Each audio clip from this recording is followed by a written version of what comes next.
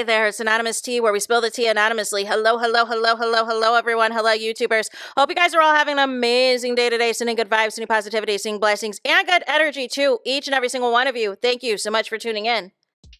So, anything I say is alleged and in my very, very personal opinion. This is for entertainment purposes only. None of this is personal. The Copyright Act of 1976 is in the description box. Some meat and potatoes, some housekeeping items. It is free to follow me. Free to follow me on this channel, Anonymous Tea. Free to follow me on my other channel, Anonymous Tea Podcast. There is new content over there. Follow me on the Tickety Talk at Anonymous Tea Podcast. Free to follow me on the Instagram. On the Instagram, he's at Anonymous Reality Tea. Free to share everywhere. Free to like the video so it gets out to the algorithm. Free to share with your family, your friends, and your foes, and coming or going, hit the like button. So today we've got some updates regarding Shadeur Sanders. As you know, Shadeur Sanders was drafted in the 5th round of the NFL. However, he was projected to go in the 1st round and even initially in the top 10. And I don't want to hear anybody who is trying to backtrack and trying to allege that, oh, you know, if you're just going off the mock draft or if you're just going off of this and going off of that, then you don't know sports and you don't know football. No. Like, everybody's trying to switch up now. Everybody's now trying to claim Shadeur had an attitude and pissed off a GM and all this and all that. No. Everybody keeps coming out with these different stories, trying to rewrite history, trying to rewrite what happened, and let's just call it for what it was. Y'all did not like that the man came from a good family. He came from a successful family. He was confident, not arrogant, and that pissed you off. He doesn't need the NFL, and he doesn't need the NFL for his coins or for his success. He already had one of the largest NIL deals in college football history and everything else. I think in NCAA history even. And y'all were pressed. But y'all did not give the same energy to the Mannings, who said, hey, if my son doesn't play for this team, like, we'll make sure that, you know, that happens and da-da-da-da-da-da-da-da. Y'all had a problem with Deion Sanders in his interviews. However, y'all had no problem if Deion was willing to coach an NFL team. That wasn't an issue for y'all, right? So, nonetheless, Shiloh and Shadeur Sanders were chronicling on Twitch live streams everything that was going on with the draft, right? Everything that was happening, the ups and the downs. Also, one thing I want to add, some people are doing the most with Pilar Sanders, with Deion Sanders actual.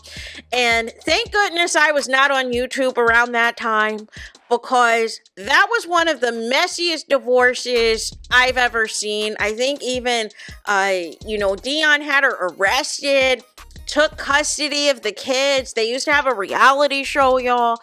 Like, y'all, we think that things are bad with what took place with Melody Cherie and Martel, or even how Simon was behaving on the social medias of it all with him and Portia once Portia filed for divorce from him. Y'all think all of that's bad? No. You would have had content for days on what was taking place with all of that. However, I still don't think they're on good terms, but I think they were able to put that aside for the sake of both of their sons getting into the NFL. So I just wanted to say that because some people are doing some romanticizing and some rewritten of history. And I saw the family photo where there still had to be 2 children in between the 2 of them for the photos. So, and I still remember when they had senior night at Colorado and Deion walked up both of his sons. And then once he saw Pilar, he turned around and walked away. So nonetheless, y'all don't know the half. Y'all do not know the half of their history and everything else, but none of the less, even everything Deion's posting now, it's still all about his kids. It's nothing about anything else. Pilar, when she posted about the kids, she's like tagging all of her businesses and everything else as well. So just wanted to say that. Now, what else happened during the stream, right? was a prank call that took place. A prank call that took place because the draft is Thursday, Friday, Saturday. Round 1 is Thursday. Shadeur did not get drafted, right? Round 2 and 3 is on Friday. Shadeur did not get drafted. And Saturday was rounds 4 through 7. And finally in the 5th round, Shadeur got drafted, and Shiloh was able to, as a free agent, he hired Drew Rosenhaus and got signed to the Tampa Bay Buccaneers. Now, there was a prank call that happened on Shadeur Sanders, and somebody pretended that they were an NFL GM and that they were the GM of the Saints, and they were claiming that Shadeur had to wait a little bit longer for him to be signed to a team. And they were a little bit confused. Shadeur clarified later on in the stream that the NFL sends out specific phones for each of the people who are going to be entering the draft. So that way there's no commotion. Only NFL executives of the 32 NFL teams can call this number. So we all knew it was a prank.